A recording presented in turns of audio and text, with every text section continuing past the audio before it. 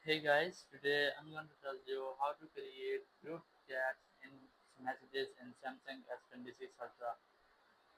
If you're using Samsung S26 Ultra and you want to create a group chat in your messages app, so let's see how can do that. You just have to click on this new conversation or this message icon here, and here you will see the option of create group.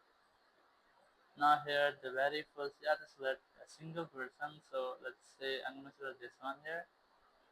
Now once you have selected, just click on this add member icon here, click on it, and then select the second person you want to add to your group. So let's say I'm going to select this one and after this one. Once you have done this, click on next, and here you can name this group. So let's say I'm going to name it and then click on done. Now once you have created a group, you can easily change its icon or its name. You can add different members to this, or you can also remove a member from this section.